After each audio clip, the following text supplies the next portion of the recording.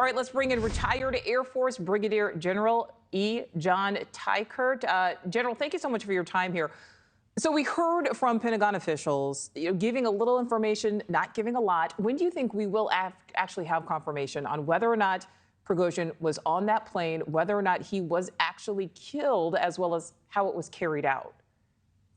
Nicole, I think it's going to be a long time. The processes within Russia for an accident investigation are not transparent at all. And I think certainly Putin will be guiding the narrative throughout.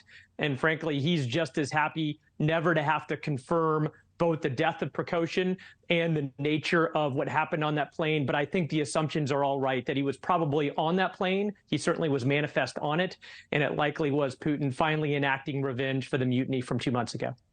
And as you say here, Putin will likely guide the narrative on this. But, Putin obviously, all fingers and all signs seem to point to Vladimir Putin. But who besides Putin would have not only the motive, but the ability to take out someone like Prigozhin?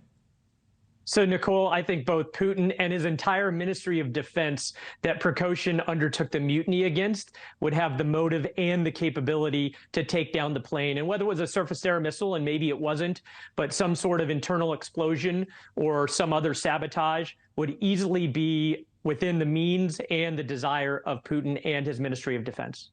And being that you were a pilot, we see the video there. Obviously, huge explosion once that plane hit the ground. What do you think could be behind this? What do you think possibly brought that plane down?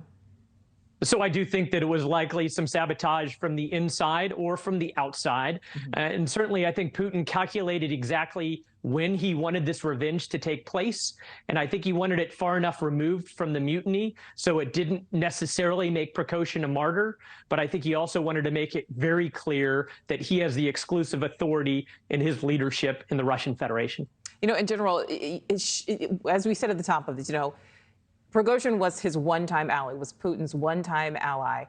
Here was this mutiny that was stopped. But should any enemy of Putin be constantly watching their backs at this point? I think that's been the case for the 20-plus years that Putin has been in power. And the moment this mutiny took place, I knew it was a matter of time before Putin would enact his revenge. And he does so in a way to make it clear that he is the singular authority in Russia and that anybody who defies him absolutely has a shortened lifespan. And we can't ignore, the fact that there is a war happening in the midst of all of this. If this is all true, what does it mean for the war with Ukraine? I think ultimately the mutiny from 2 months ago indicated a fragility within the Russian forces. And I always had assumed that the Russian forces were fragile at the tactical and operational level. But ultimately, senior leaders of the Russian defense establishment, Prigozhin being one of them, are extremely frustrated by both the decision for the war and the lack of success within the war. And I think that the Wagner Group was the only actual operational capability that had demonstrated success for the Russians in the last year. And this is just another sign that there is a level of brittleness within Russia, and we may see ultimately Putin decide that continuing the war is not worth it. It's not going to be in the short term, but the more situations indicate that they are fragile, the more Putin's got to reassess his strategy. Yeah, and that'd be interesting to see, how then he would back out of there. General Tykert, we certainly appreciate your time. Thank you. Thanks, Nicole.